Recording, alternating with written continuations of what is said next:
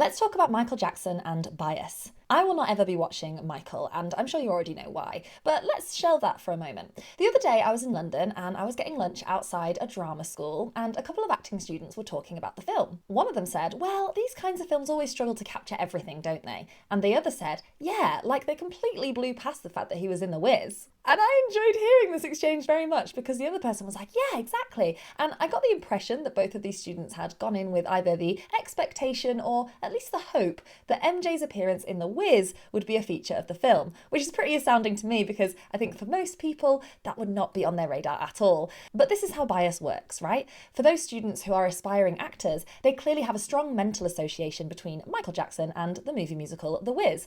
And that is a bias that I think most people do not share. I imagine the percentage of people who felt disappointment at the lack of Wiz-related material in this film is very, very low. But in these students' bubble, potentially higher. And this is one of the ways that we can take notice of what our biases are, is by taking notice of what surprises us, what disappoints us, what shocks us, because that reveals to us that we had an unconscious expectation of how the world is, we had a bias, and something disrupted that. Like when a super masculine guy tells you he loves doing embroidery, the surprise you feel reveals the gender bias at work in your unconscious mind, which then informs your conscious beliefs. Now, my mental association with Michael Jackson is child abuser, which I'm sure surprises none of you. And I think when it comes to the public perception of MJ, there are a lot of fascinating layers of bias going on here. I think that most MJ defenders would look at any other man who frequently shared a bed with children and their bias would tell them pedo.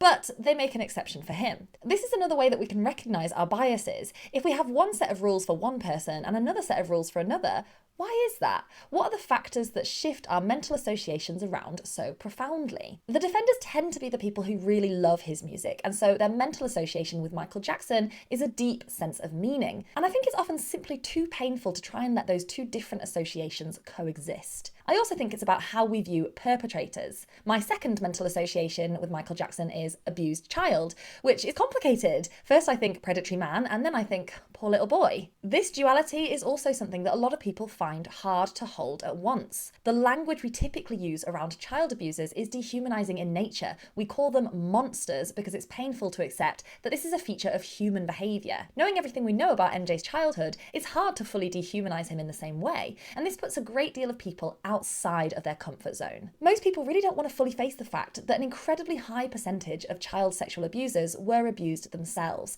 and that it's usually part of a cycle of violence rather than the work of a demonic soul. I believe that both of these things come together, the love people have for his music with the compassion they feel for him as a person, in a way that prevents them from applying the same thinking to him as they would other people.